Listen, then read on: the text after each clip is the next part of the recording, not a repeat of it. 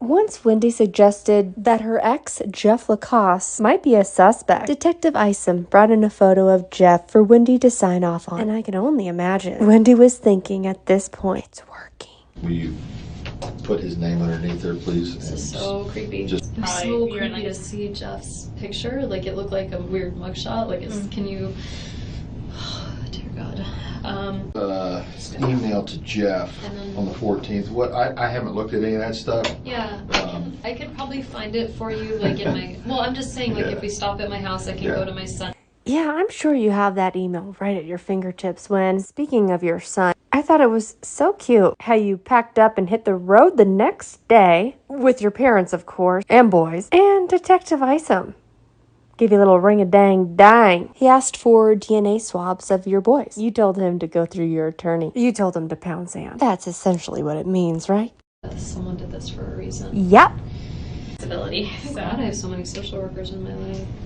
Jeff sounds crazy when I talk about him like this. You keep bringing it back to him. I don't think so.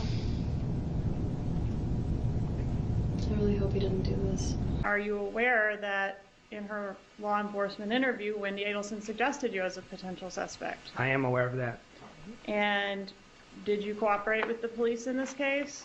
Yes, when I came back from Tennessee, they called me. I came in immediately and cooperated with them from the very beginning.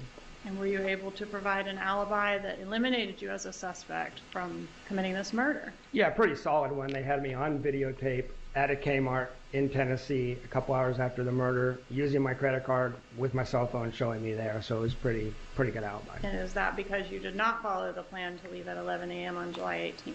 That's right. I left the previous evening about between 6 and 8 p.m. I changed my plans. I didn't tell anybody except the people at the other end.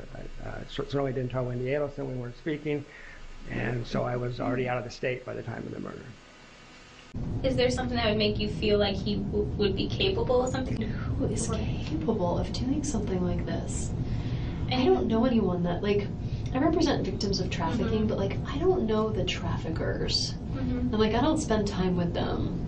And so in my mind, like, someone who's capable of, like, extinguishing a human life or, like, thinking someone else's life is less than theirs, like, I work with the victims who have been thought as less than human, but not with the people who think that's okay.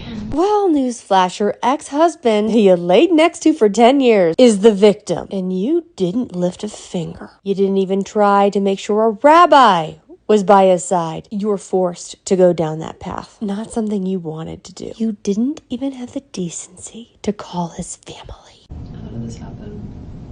I guess it makes sense. It's divorce and people do crazy things. You make me